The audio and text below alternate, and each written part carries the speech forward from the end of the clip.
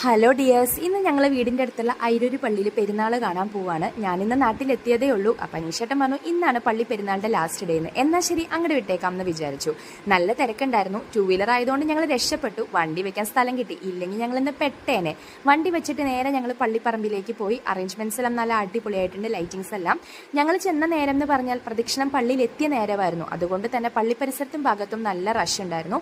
1-2 ഫ്രണ്ട്സിനെ എല്ലാം മീറ്റ് ചെയ്തു. അവരൊക്കെയായിട്ട് കുറച്ചു നേരം സംസാരിച്ചു. പിന്നെ ഞങ്ങൾ ചുറ്റിക്കറങ്ങി നടന്നു. ലൈറ്റ്സ് എല്ലാം മക്കൾക്ക് കാണിച്ചു കൊടുത്തു.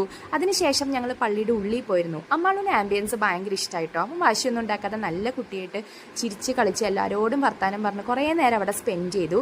അത് കഴിഞ്ഞ് ഞങ്ങൾ നേരെ കടക്കാരുടെ അടുത്തേക്ക് പോയി. അവിടെ ചെന്ന് അറിയാലോ, അമ്മാളിനും ശിവയ്ക്ക് ആവശ്യമില്ലാത്തതായിട്ട് ഒരു സാധനം ആ കടയിൽ ഉണ്ടായിരുന്നില്ല. കുറച്ച് സാധനങ്ങൾ മേടിച്ച് നേരെ വീട്ടിലേക്ക് വിട്ടു. അപ്പം ഇതൊക്കെയാണ് ഞങ്ങൾ മേടിച്ച സാധനങ്ങൾ. ഇന്നത്തെ ഒരു ദിവസം നല്ല അടിപൊളിയായിരുന്നു കേട്ടോ. അപ്പം നമുക്കിനി പിന്നെ കാണാം. ബായ്.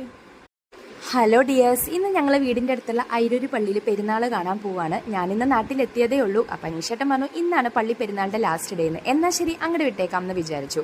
നല്ല തിരക്കുണ്ടായിരുന്നു. 2 വീലർ ആയതുകൊണ്ട് ഞങ്ങൾ രക്ഷപ്പെട്ടു. വണ്ടി വെക്കാൻ സ്ഥലം കിട്ടി, ഇല്ലെങ്കിൽ ഞങ്ങൾ ഇന്ന് പെട്ടേനെ. വണ്ടി വെച്ചിട്ട് നേരെ ഞങ്ങൾ പള്ളിപ്പറമ്പിലേക്ക് പോയി. അറേഞ്ച്മെൻറ്റ്സ് എല്ലാം നല്ല അടിപൊളിയായിട്ടുണ്ട്, ലൈറ്റിങ്സ് എല്ലാം. ഞങ്ങൾ ചെന്ന നേരം എന്ന് പറഞ്ഞാൽ പ്രദക്ഷിണം പള്ളിയിൽ എത്തിയ നേരമായിരുന്നു. അതുകൊണ്ട് തന്നെ പള്ളി പരിസരത്തും ഭാഗത്തും നല്ല റഷ് ഉണ്ടായിരുന്നു. 1-2 ഫ്രണ്ട്സിനെ എല്ലാം മീറ്റ് ചെയ്തു. അവരൊക്കെയായിട്ട് കുറച്ചു നേരം സംസാരിച്ചു. പിന്നെ ഞങ്ങൾ ചുറ്റിക്കറങ്ങി നടന്നു. ലൈറ്റ്സ് എല്ലാം മക്കൾക്ക് കാണിച്ചു കൊടുത്തു. അതിനുശേഷം ഞങ്ങൾ പള്ളിയുടെ ഉള്ളിൽ പോയിരുന്നു. അമ്മാളുടെ ആംബിയൻസ് ഭയങ്കര ഇഷ്ടമായിട്ടോ. അപ്പം വാശിയൊന്നും ഉണ്ടാക്കാതെ നല്ല കുട്ടിയായിട്ട് ചിരിച്ച് കളിച്ച് എല്ലാവരോടും വർത്താനം പറഞ്ഞ് കുറേ നേരം അവിടെ സ്പെൻഡ് ചെയ്തു. അത് കഴിഞ്ഞ് ഞങ്ങൾ നേരെ കടക്കാരുടെ അടുത്തേക്ക് പോയി. അവിടെ ചെന്ന് അറിയാലോ, അമ്മാളിനും ശിവയ്ക്ക് ആവശ്യമില്ലാത്തതായിട്ട് ഒരു സാധനം ആ കടയിൽ ഉണ്ടായിരുന്നില്ല. കുറച്ച് സാധനങ്ങൾ മേടിച്ച് നേരെ വീട്ടിലേക്ക് വിട്ടു. അപ്പം ഇതൊക്കെയാണ് ഞങ്ങൾ മേടിച്ച സാധനങ്ങൾ.